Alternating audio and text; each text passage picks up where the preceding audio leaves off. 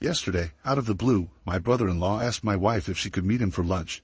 He said there was something he needed to talk to her about. When my wife told me about his invitation, she seemed puzzled but not overly concerned. "Do you think it's about my sister?" she asked, furrowing her brow. "Maybe they're having problems, and he wants to get a woman's perspective on things." I found the whole situation odd. My brother-in-law had never reached out to my wife in this way before, but he often texted her and other family members for mundane reasons, so I didn't think much of it. After all, we were a close-knit family, and it wasn't unusual for us to support each other through tough times. "Go find out," I told her, shrugging off my initial unease. My wife agreed, deciding to meet him at a cafe near her office the next day. The next morning, as she was getting ready for work, she mentioned lunch again.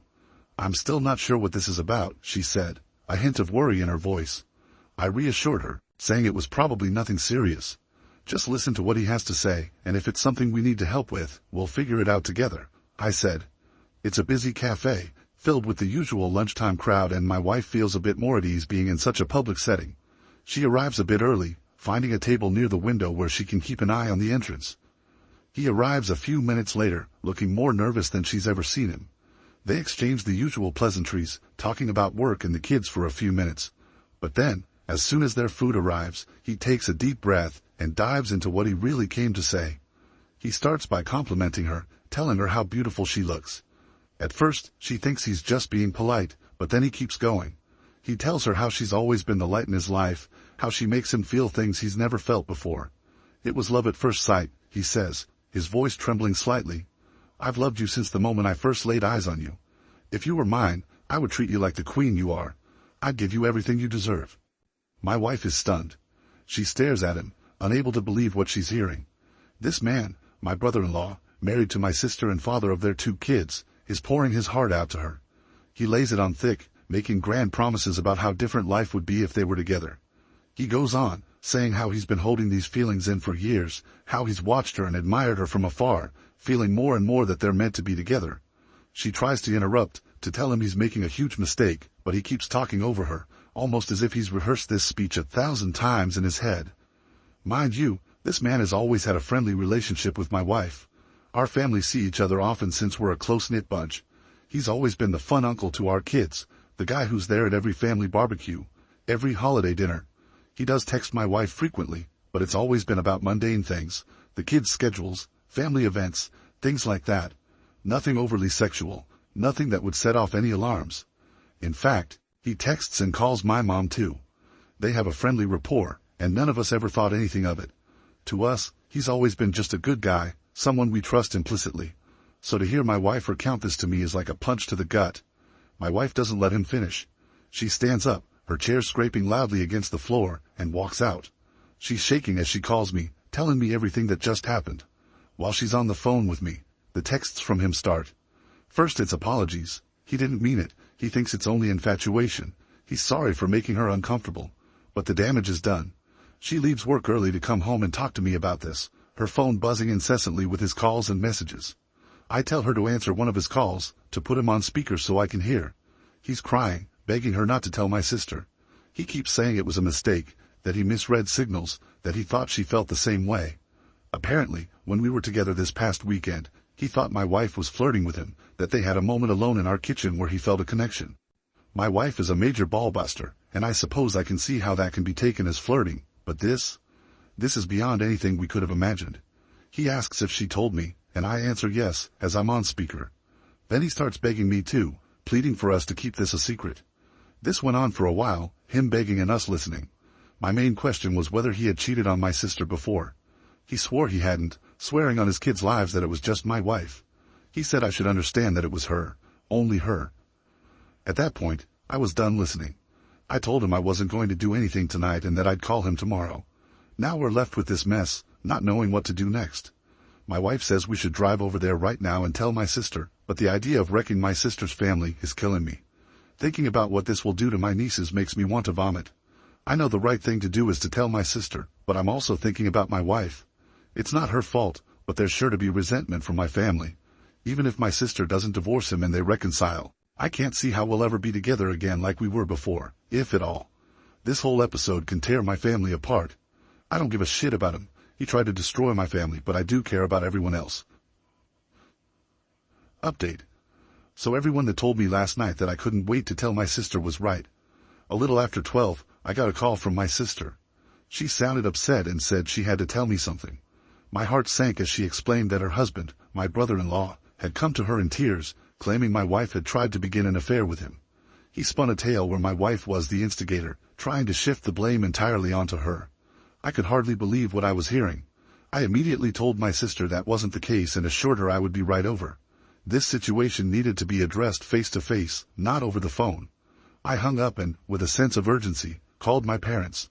I woke my mother and father, explaining what was happening in quick clipped sentences. My father was furious. My mother sounded shocked, but resolute.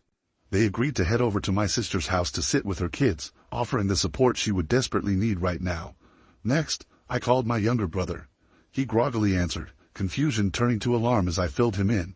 He promised to come over to our place and stay with our kids, ensuring they wouldn't be left alone during this turmoil. His calm, steady presence would be a comfort to them. Meanwhile, my wife was already gathering her things, her face pale and drawn. She was dreading the confrontation, but knew it was necessary. We left the house in a hurry, the drive to my sister's place feeling longer than it actually was. The silence in the car was heavy, both of us lost in our thoughts. When we arrived, the scene was even more tense than I had imagined. My sister is out on the front porch with my brother-in-law when we get there. He looks beaten, eyes downcast, his posture slumped in defeat. He knows we have the texts and voicemails, the undeniable proof of his betrayal. I really don't know what he was hoping to accomplish by calling my sister in the middle of the night with his lies. Maybe he thought he could get ahead of the story, twist the narrative to save himself, but it was a futile effort. As we walk up to them, the tension in the air is palpable. My wife is trembling, her face a mask of controlled anger and hurt. She hands my sister her phone without a word. My sister takes it, her hands steady but her eyes burning with a mix of fury and pain. She scrolls through the texts, her expression hardening with each one she reads. Then she listens to the voicemails, the damning evidence of his declarations, and her refusals. Before she can say anything, my brother-in-law starts sobbing. This is a man who runs into burning buildings, who faces danger daily without flinching. Seeing him like this, broken and vulnerable, is jarring. His cries are deep and guttural, raw with regret and fear. It's a scene that's almost surreal.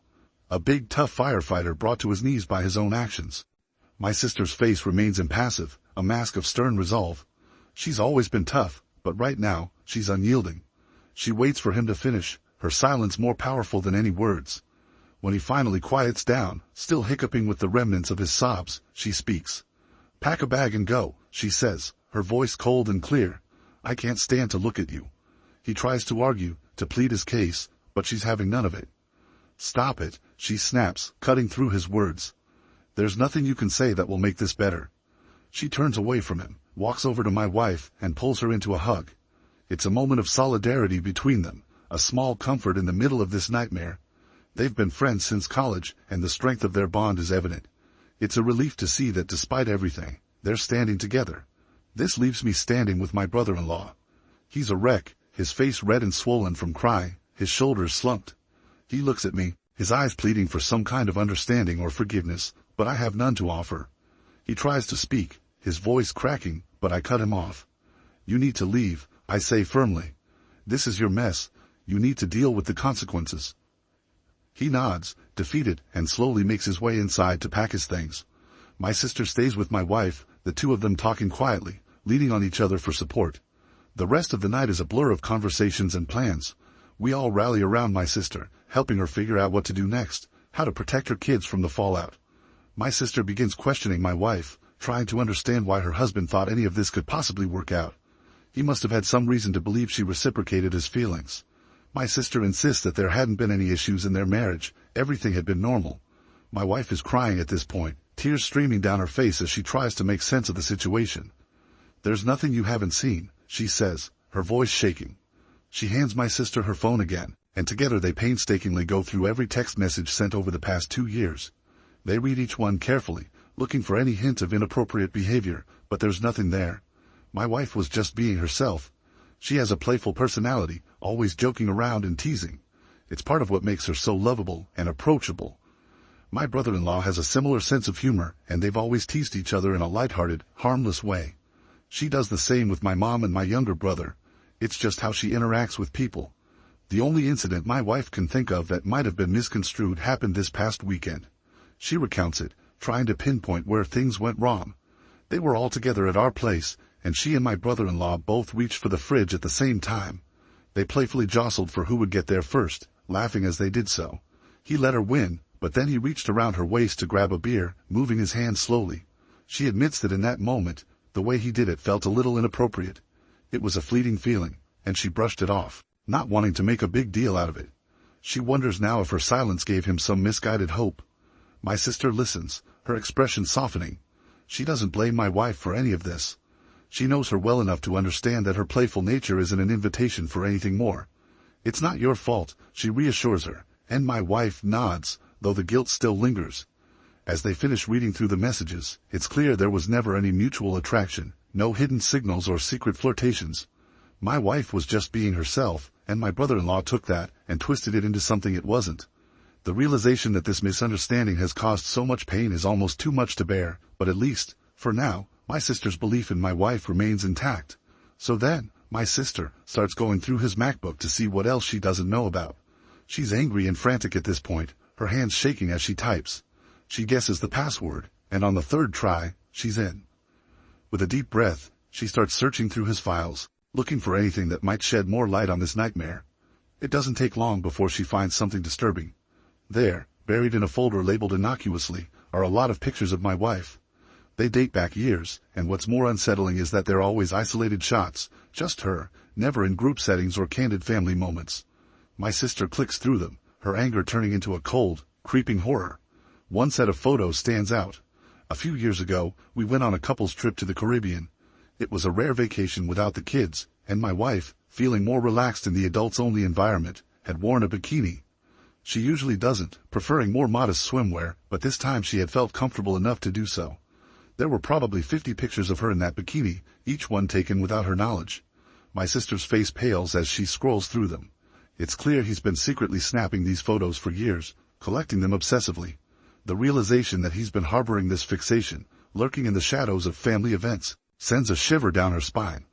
Does this now enter restraining order territory? She wonders aloud, her voice barely above a whisper. This has taken a creepy turn, far beyond what any of us had imagined. The boundary between inappropriate and outright disturbing has been crossed. She calls us over, showing us the pictures.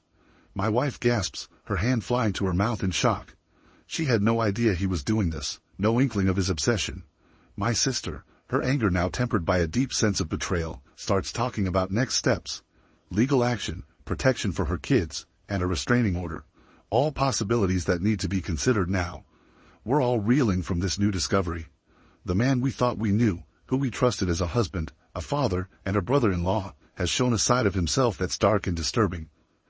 It's not just a matter of infatuation anymore, it's something far more insidious. Unfortunately, the mess continues. My sister agreed to talk to her husband last night and let him explain himself.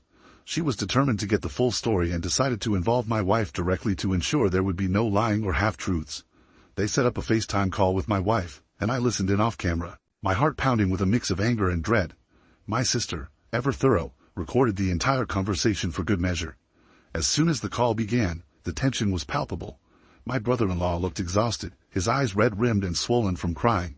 He started hesitantly, his voice shaky, but as he spoke, the truth began to pour out, and the story unfolded in a way none of us had fully anticipated. He admitted he's been obsessed with my wife for years. It started the day I met her, he confessed, his voice barely above a whisper. He went on to explain that it was during one of those early gatherings where my sister, eager to introduce her new boyfriend to her friends, had brought him along. My wife and I were dating at the time, but he had met her before he met me. At first, he thought his feelings were purely physical, an innocent crush that he could brush aside. But as time went on and he spent more time around her, he realized it was more than that. He became fixated on her personality, her laughter, the way she interacted with everyone around her. He described moments where he found himself watching her, captivated by her presence, even as she was just being herself, playful and kind. He detailed how he had tried to suppress these feelings, convincing himself that they were harmless. But over time, his obsession grew. He started finding ways to be near her more often, volunteering to help with family events, making excuses to text her about trivial things. It was a slow, insidious process that eventually led to the point where he felt compelled to confess his feelings, deluding himself into believing she might feel the same way. My sister listened, her face a mask of controlled rage and heartbreak. She didn't interrupt him, letting him dig his own grave with each word. My wife, on the other hand, was visibly shaken. Hearing how long this had been going on, how deeply his obsession ran, was almost too much for her to bear. When he finished, there was a heavy silence. My sister finally spoke, her voice icy and measured. "What made you think that my wife would leave me for you?" she asked, her eyes boring into his. He stammered, struggling to find the right words. He mentioned the supposed mutual attraction, the moments he had misinterpreted as signs of her reciprocation. My wife and sister exploded at that point, their pent-up anger and frustration spilling over. There was a lot of cussing, a lot of screaming, the raw emotion of betrayal and hurt coming to the forefront. My wife hung up the call, her hands trembling, her face pale. She was concerned for me, for us, assuring me repeatedly that the attraction was one-sided. I believed her. I always had. Even if she did find him physically attractive at some point, I knew she would never act on it. She's serious about trust and fidelity, something she made clear early on in our relationship.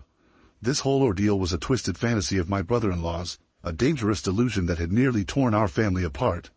The tension that had been building up during the call finally erupted into a storm of cussing and screaming. My wife's voice was a mix of fury and hurt, while my sister's was steely and unforgiving. The barrage of emotions was overwhelming, the air thick with betrayal and disbelief. The phone call abruptly ended when my wife, shaking and distraught, hung up because she was concerned for me. She turned to me, her eyes wide with fear and confusion. "It was one-sided," she assured me, her voice trembling. "I never thought it wasn't," I replied, trying to soothe her.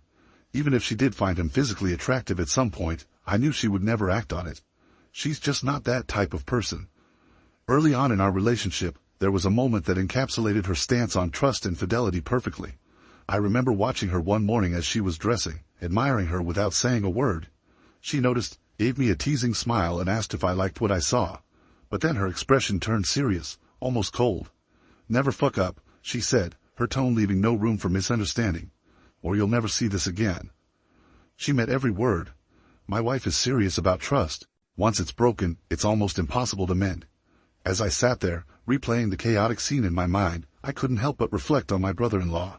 I knew he was a little cocky, always walking with a certain swagger, but my God, I never knew he thought so highly of himself to believe he could pull off something like this. His delusions of grandeur were staggering, completely detached from reality. I talked to my sister later on, once the initial shock had started to wear off and we could speak more calmly. She was resolute, determined to protect her children from the fallout of her husband's actions. She told me she would be contacting a lawyer first thing Monday morning to see what steps she could take to limit his exposure to their kids. She wanted to ensure that they were shielded from as much of this mess as possible. "As far as I'm concerned, he's detached from reality," she said, her voice steely with resolve. Her concern was no longer about saving her marriage but about safeguarding her children and maintaining a semblance of stability for them. Anyway, my brother-in-law returned home yesterday, not because my sister wants him back but because she can't legally stop him. Despite the turmoil and the clear betrayal, he has the right to be in the house until the legal proceedings move forward. The atmosphere is tense and uncomfortable, filled with unspoken words and palpable resentment. They are done, and I think he realizes that now. There's a hollow look in his eyes, as if he understands that any hope he had of salvaging their marriage is gone. The lawyer tells my sister that since my brother-in-law's behavior over the past few days has been documented, there is a good chance she will be granted full custody of the kids. The texts, voicemails, and the disturbing cache of photos all paint a clear picture of his obsession and instability. He doesn't seem to even want to fight her on that. It's as if he knows he's lost everything and is too weary to put up a battle. My sister will be fine. She's stronger than she looks, and any love she had for him is gone. She moves through the house with a determined air, her focus now entirely on her children and their future. She doesn't seem to be broken up about it. Rather, she looks like someone who's finally seen the truth and is ready to move forward. The kids don't know what happened yet. They sense something is wrong. Kids always do. But they don't know the details. My brother-in-law was never around much anyway when the kids were home. He often slept at the fire station, pulling double shifts and overtime. His absence was a constant in their lives, a silent but ever-present gap that they had grown used to. But it is certain to be hard on them once they know what's going to happen. The stability of their home, the presence of both parents, even if it was fractured, will change. My sister is prepared for this. She's already spoken to a child psychologist to help them navigate the inevitable questions and emotions that will arise. She's ready to be both mother and father, to provide them with the love and support they'll need. As for my brother-in-law, he stays in the guest room, a silent figure in a house that no longer feels like his home. He seems resigned to his fate, going through the motions but devoid of any real fight. It's a sad, pitiful sight, but my sympathy is limited. Some of my friends have said that there must be more women, that someone as obsessive as my brother-in-law couldn't have fixated on just one person. But as far as we can tell, there hasn't been anyone else. It's really just the obsession with my wife. His fixation on her has been singular and intense, leaving no room for anyone else. After everything came to light, my wife blocked his phone number, trying to create some distance and protect herself from his unwanted advances. But on the same night he returned home, he sent my wife an email from an account he had just made. It started with a seemingly sincere apology, but it quickly took a turn into something much darker. He began by saying he never got to finish at the restaurant that day, implying there was more he needed to confess. Then he launched into paragraphs and paragraphs about all the things he loves about my wife. He detailed the desperation he felt, the overwhelming emotions that had driven him to act so irrationally. He recounted every little detail he admired about her, her smile, her laugh, the way she interacted with others. It was unsettling, to say the least, to see his obsession laid out so starkly. He mentioned their supposed mutual attraction again, insisting that there was a palpable sexual tension between them that he had always felt. He was delusional, mistaking her friendly, playful nature for something more. He painted a picture of a connection that existed only in his mind, a fantasy that he had convinced himself was real. The email ended with a rather large section about me. Let's just say I didn't know he had such a low opinion of me. He was quite certain that I was not satisfying my wife properly. He criticized everything from my appearance to my demeanor, implying that I was somehow unworthy of her. His words were meant to undermine me, to sow seeds of doubt and insecurity. Reading the email was a gut punch. It was clear that his obsession with my wife had twisted his perceptions and fueled his disdain for me. He saw me as an obstacle, someone unworthy of the woman he had placed on a pedestal. But instead of feeling threatened, it only solidified my resolve to protect my wife and my family from his delusions. We forwarded the email to my sister and her lawyer. It was more evidence of his unstable state of mind, another piece of the puzzle that showed just how far gone he was. This email, with its mix of apology, obsession and vitriol, might be enough to get him removed from the house permanently. For now, my wife and I are taking it one day at a time. The support from our friends and family has been invaluable, helping us navigate this surreal and painful situation. Finally, my wife isn't doing great, but she is improving each day. She does feel guilty for being too comfortable around my brother-in-law. Normally, she is very careful about setting boundaries with other men. In case it wasn't clear, my wife is quite stunning and receives a lot of male attention. However, she felt safe around my brother-in-law because he was family, and she never thought he would cross any lines. Fortunately, she and my sister are on good terms, and there doesn't seem to be any resentment, which is a relief. We will all be okay, but it will take time. Thank you to everyone who commented and offered their support. My primary concern throughout this was my sister and her children. The impact of my brother-in-law's actions on their lives is immense. Ensuring their protection and emotional well-being became our priority. Children, especially, need shielding from such toxic situations to maintain their sense of security and normalcy. When faced with such a situation, it's essential to act quickly and decisively. We didn't hesitate to gather evidence, confront the issue, and involve legal help to ensure the safety and well-being of everyone involved. Procrastination or denial could have led to further harm. What do you think about this story? Please share your comments down below. Thank you for listening to Vibe Tales.